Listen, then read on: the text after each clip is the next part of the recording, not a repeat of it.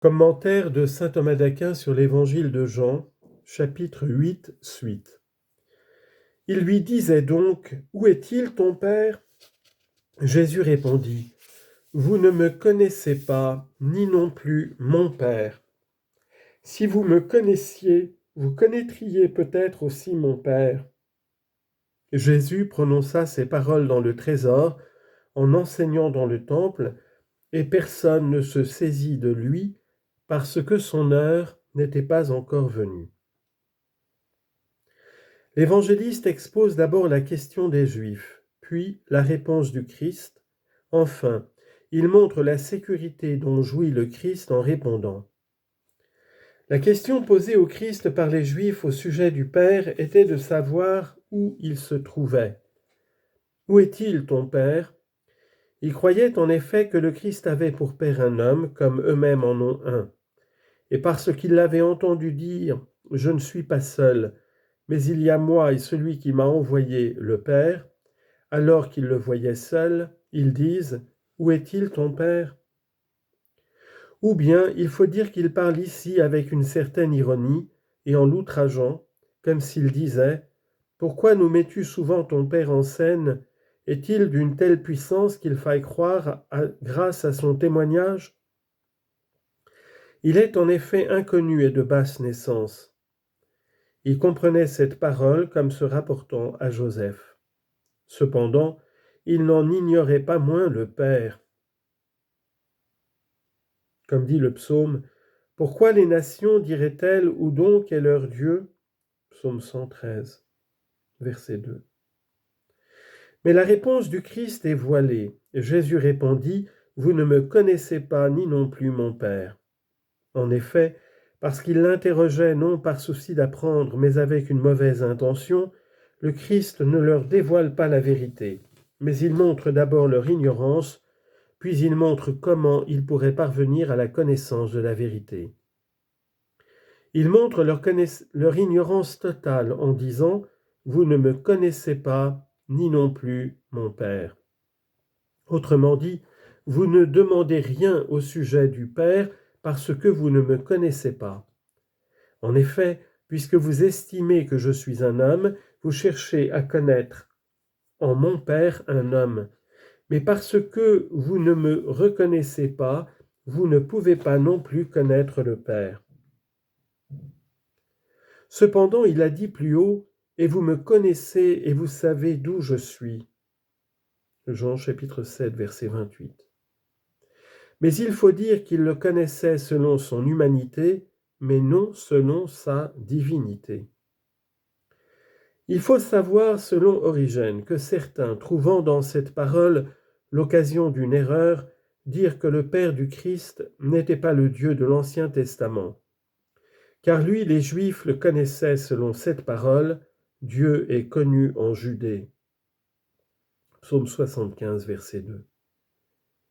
On peut donner à cela 4 réponses. D'abord, le Seigneur dit que les Juifs ignorent le Père parce qu'ils se conduisent à la manière de ceux qui ne le connaissent pas, dans la mesure où ils ne gardent pas ses commandements. Et cette réponse a trait à l'action. Deuxièmement, ils sont dits ignorer Dieu parce qu'ils n'adhèrent pas à lui spirituellement par l'amour. En effet, celui qui cherche à connaître quelque chose s'y tient attaché. En troisième lieu, parce que bien qu'ils le connussent par la foi, ils n'en avaient cependant pas une pleine connaissance.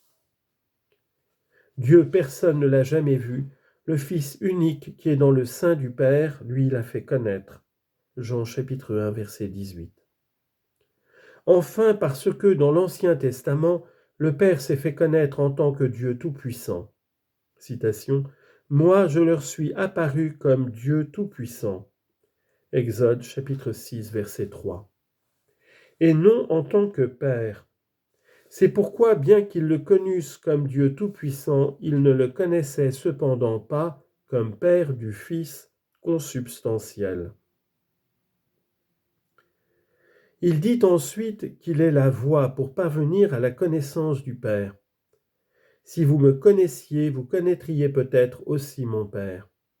Autrement dit, parce que moi, caché, je vous parle de mon Père qui est caché, La première chose est que vous me connaissiez, et alors vous connaîtriez peut-être aussi mon Père. Car le Fils est la voie de la connaissance de ce qui appartient au Père. Si vous me connaissiez, vous connaîtriez aussi mon Père. Jean chapitre 14, verset 7. En effet, selon saint Augustin, qu'est-ce que la parole « si vous me connaissiez, vous connaîtriez peut-être aussi mon Père » si ce n'est « le Père et moi nous sommes un » Jean chapitre 10, verset 30. Il est courant de dire quand on voit quelqu'un qui est semblable à un autre, qui voit celui-ci voit l'autre. Non cependant que le Père soit le Fils, mais parce que le Fils est semblable au Père. En outre, il dit peut-être pour exprimer non un doute mais un reproche. Comme si tu t'indignais contre ton serviteur et lui disais « Tu me tiens pour rien, considère que je suis peut-être ton maître. »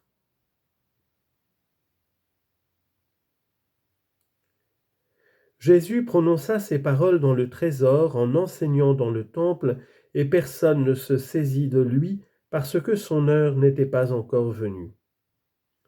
L'évangéliste montre ici la sécurité dont jouit le Christ en répondant aux Juifs. D'abord à cause du lieu dans lequel il enseignait, parce que c'était dans la salle du trésor et dans le temple. Gaza est un mot persan qui signifie richesse, et phylax signifie conserver. Donc, gazophylakium est la même chose que conservation des richesses. Parfois, gazophylakium est employé dans l'Écriture pour désigner le coffre où l'on conserve les richesses. Et c'est dans ce sens qu'il faut le prendre au 2e livre des Rois, où il est écrit « Yoada, le prêtre, prit un coffre, perça un trou dans le couvercle et le posa à côté de l'autel, à droite, en entrant dans la maison du Seigneur, et les prêtres gardiens du seuil y mettaient tout l'argent qu'on apportait à la maison du Seigneur. » 2e livre des Rois, chapitre 12, verset 9. Mais parfois ce terme est employé pour désigner la maison où l'on conserve les richesses, et c'est en ce sens qu'il est employé ici. Ensuite, à cause du fait que ceux qui avaient été envoyés pour se saisir de lui ne purent le faire, parce que lui-même ne le voulait pas. Et personne ne se saisit de lui parce que son heure n'était pas encore venue. L'heure à laquelle il devait souffrir, une heure non pas fixée par le destin, mais réservée d'avance depuis toute éternité par sa propre volonté.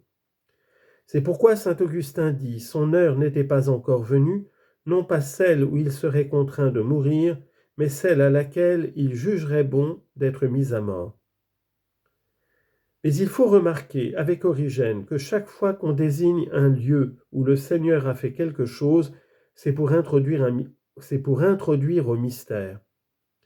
Le Christ a donc enseigné dans le trésor qui est le lieu des richesses pour faire comprendre que les monnaies qui sont les paroles de son enseignement sont frappées à l'effigie du grand roi. Il faut encore remarquer que lorsqu'il enseignait, personne ne se saisit de lui, parce que ses paroles étaient plus fortes que ceux qui voulaient se saisir de lui. Mais quand il voulut être crucifié, il se tut.